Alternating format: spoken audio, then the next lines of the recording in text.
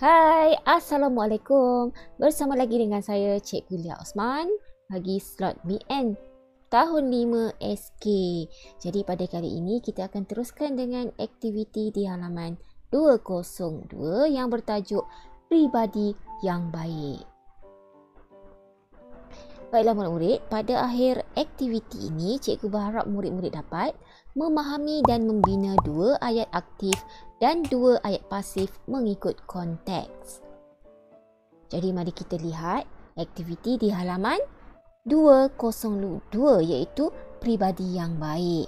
Baiklah, sebelum kita meneruskan aktiviti pada hari ini, isi pelajaran kita pada hari ini berkaitan dengan konteks tata bahasa iaitu ayat aktif dan ayat pasif. Murid-murid masih ingat lagikah tentang ayat aktif dan ayat pasif? Kalau begitu, mari kita imbas secara ringkas apakah dia ayat aktif dan apakah dia ayat pasif. Baiklah murid-murid, ayat aktif ialah ayat yang mengutamakan pelaku sebagai subjek. Ayat aktif biasanya mempunyai kata kerja berawalan me. Contoh ayat, Adila menonton televisyen. Menonton ialah kata kerja aktif mempunyai imbuhan men di awalnya. Yang ini ya. Manakala Adila ialah pelaku ataupun subjek yang berada di hadapan ayat. Ataupun menonton televisyen ialah predikat. Adila menonton televisyen. Adila ialah subjek.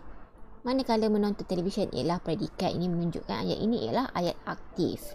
Seterusnya, Syakir menyepak bola itu. Amran menebang pokok pisang. Seterusnya, ayat pasif. Apakah ayat pasif? Ayat pasif ialah ayat yang mengutamakan objek. Ayat pasif tidak mempunyai kata kerja berawalan men dan didahului dengan kata ganti diri pertama atau kata ganti diri kedua. Mari kita lihat contoh ayatnya. Bola itu saya tendang. Bola itu saya tendang. Nampak itu predikat berada di hadapan. Bola itu saya tendang. Tiada kata kerja yang berimbuhan awalan men. Seterusnya, ada ayat pasif yang mempunyai kata kerja berawalan imbuhan di dan diikuti kata sendi oleh. Contohnya, nasi goreng itu dimasak oleh kakak. Dimasak, kata kerja yang berimbuhan di hadapannya. Diikuti pula dengan kata sendi oleh. Baiklah murid, mari kita teruskan. Kita lihat semula. Ya, halaman 202 yang bertajuk Pribadi yang Baik. Baiklah, di sini mari kita lihat apakah maklumat yang terdapat di halaman ini. Baiklah, nampaknya gambar-gambar ini menunjukkan pribadi yang baik daripada seorang murid yang bernama Hakim. Di mana Hakim ini merupakan murid yang memberikan contoh dan teladan yang baik kepada orang lain. Cikgu Zakwan menayangkan montaj tentang pribadi murid yang boleh dijadikan suri teladan. Beliau meminta murid-murid menerangkan setiap babak. Baik, kita lihat babak yang pertama. Babak pertama ada ayat di situ diberikan. Siap-siap di situ ya, ayat aktif iaitu Hakim menyelesaikan kerja sekolah sebelum keluar bermain. Lihat gambar itu. Hakim menyelesaikan kerja sekolah sebelum keluar bermain. Baiklah, babak yang kedua. Hakim Hakim lebih menggemari aktiviti riadah berbanding dengan permainan gadget. Baiklah, babak yang ketiga. Kemudahan teknologi untuk pembelajaran perlu kita utamakan.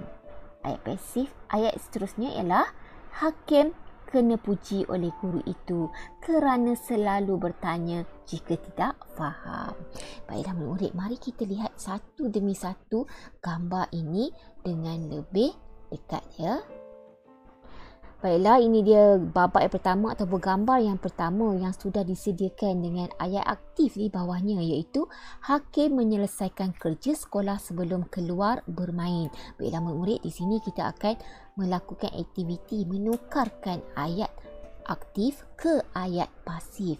Baiklah, Hakim menyelesaikan menggunakan kata kerja aktif di situ kerana ada imbuhan bagi perkataan selesai, menyelesaikan. Jadi kita akan tukarkan ke ayat pasif. Ayat pasif tidak ada imbuhan men di hadapannya. Jadi apakah ayat pasif yang sesuai untuk ayat ini? Mari kita lihat contoh yang cikgu sudah sediakan. Baiklah, kita baca bersama-sama. Kerja sekolah diselesaikan oleh Hakim sebelum keluar bermain. Di sini cikgu letakkan imbuhan di awal perkataan selesai ini dan diikuti dengan kata sendi nama oleh. Kerja sekolah diselesaikan oleh Hakim sebelum keluar bermain. Baiklah, gambar yang kedua sama juga menukarkan ayat aktif ke ayat pasif. Hakim lebih menggemari aktiviti riadah berbanding dengan permainan gadget.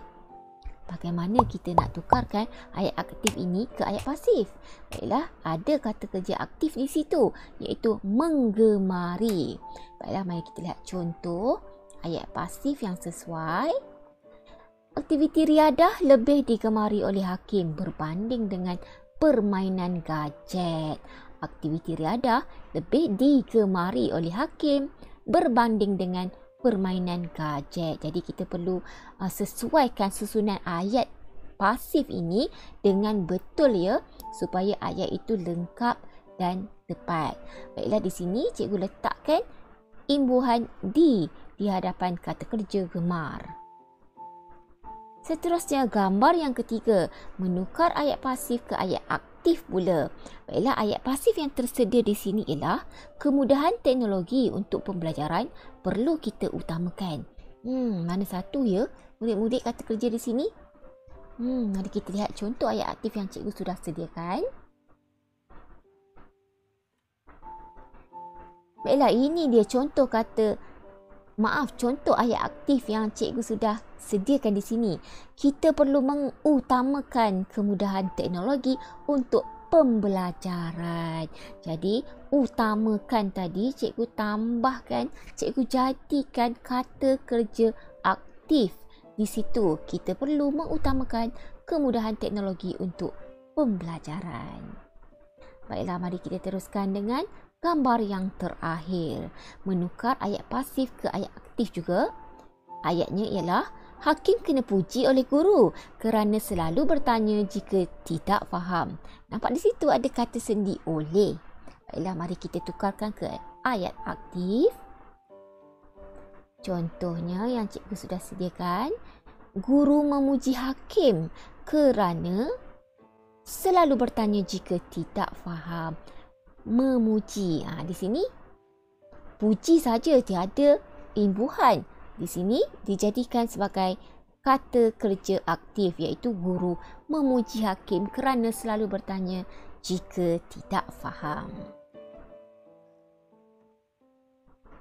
Baiklah murid-murid, nampaknya itu saja perkongsian cikgu pada kali ini. Cikgu berharap dapat jadikan panduan kepada murid untuk menyelesaikan aktiviti di halaman yang berkaitan. Jadi sehingga kita berjumpa lagi di dalam slot yang akan datang.